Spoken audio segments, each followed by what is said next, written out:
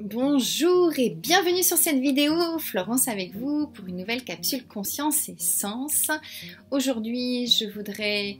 parler de ce ressenti qui est tellement important pour soi, pour pouvoir avancer vers ce qui est bon pour soi. Donc laisser un peu plus de place à l'expression du cœur que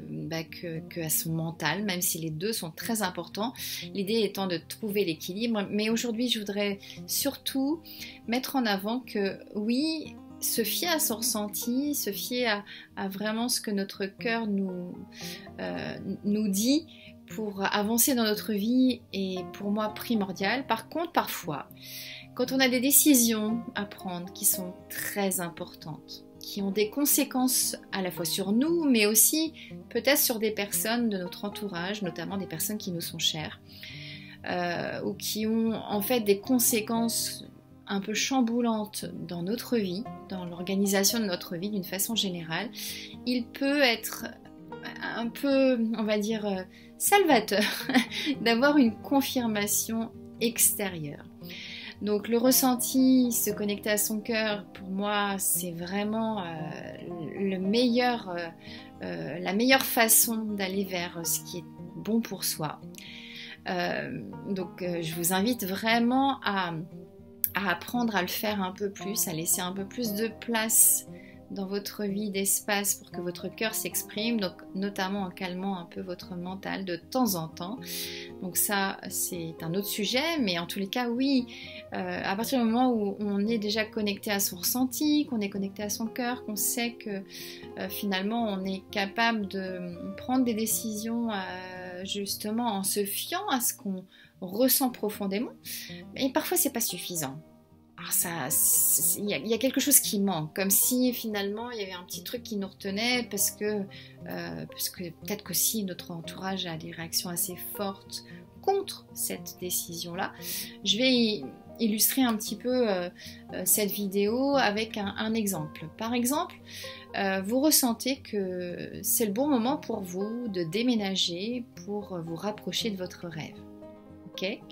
Donc ça c'est propre à vous, à ce que vous ressentez, à ce que vous voulez vivre, et vous sentez que c'est très très fort, que ce rêve en fait il a peut-être été enfoui pendant quelques temps, et puis là aujourd'hui c'est le bon moment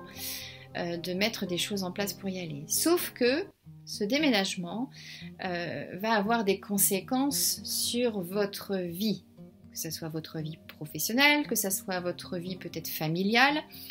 Et donc ces conséquences-là, aujourd'hui, vous freinent un petit peu dans la mise en place de votre rêve. Mais quand même, au fond de vous, vous ressentez que voilà, c'est le bon moment pour vous d'aller un peu plus vers ce rêve. Et c'est là que, personnellement, je conseille un outil qui est un des outils de la numérologie créative et humaniste que je pratique, qui est un outil qui concerne l'analyse des années personnelles. Parce que ça peut vraiment, cet outil, vous permettre d'avoir un regard un peu, on va dire, plus global des choses que vous pourriez être invité à faire au moment où vous vivez. Donc cet outil sur les années personnelles va vous permettre d'indiquer pour vous, peut-être pour les personnes aussi qui sont importantes pour vous dans ce projet ou autour de ce projet, si c'est le bon moment, clairement, pour mettre en place des choses. Donc l'outil sur les années personnelles fonctionne par analyse de cycles de 9 ans, donc des années de 1 à 9, et en fonction des années dans lesquelles on est, personnellement, donc ça c'est un calcul à faire personnellement, eh bien on va vivre des invitations particulières, donc notamment des invitations à s'engager, à se désengager, ou peut-être à faire un bilan sur notre vie, ou peut-être à regarder d'un peu plus près notre relation avec les femmes, avec notre maman, ou avec notre papa, avec les hommes. Bref, dans toutes les années, on a des invitations particulières qui sont très très intéressantes à observer, notamment quand on a des grandes décisions à prendre, avec des conséquences sur nous mais aussi sur d'autres, mais aussi quand on quand on imagine s'engager peut-être dans un projet, que ce soit personnel ou professionnel, quand on imagine acheter quelque chose, un terrain, de l'immobilier, voilà, donc toute cette analyse en fait grâce à cet outil sur les années personnelles va permettre de mettre en évidence si l'année dans laquelle on est aujourd'hui, dans laquelle on ressent qu'effectivement on a pour nous c'est le vrai bon moment de faire des choses en particulier, et bien ça permet de confirmer à la fois par un outil qui est un peu extérieur à nous, puisqu'il va faire une analyse concrète et du coup très personnalisée des chiffres qui nous accompagnent dans cette année en particulier. Et du coup, ça va nous permettre à la fois soit de confirmer que notre ressenti, que ce que notre cœur nous exprime, eh bien, il est à mettre en place aujourd'hui, maintenant, tout de suite. Ou alors peut-être que ça peut être intéressant d'attendre un petit peu pour donner encore plus de chance à ce projet de se réaliser en temps et en heure et avec des conséquences qui vont être... on va dire fluide par rapport à tout ce qu'on met en place, et que tout le monde finalement va être bien dans cette décision et dans ce changement de vie.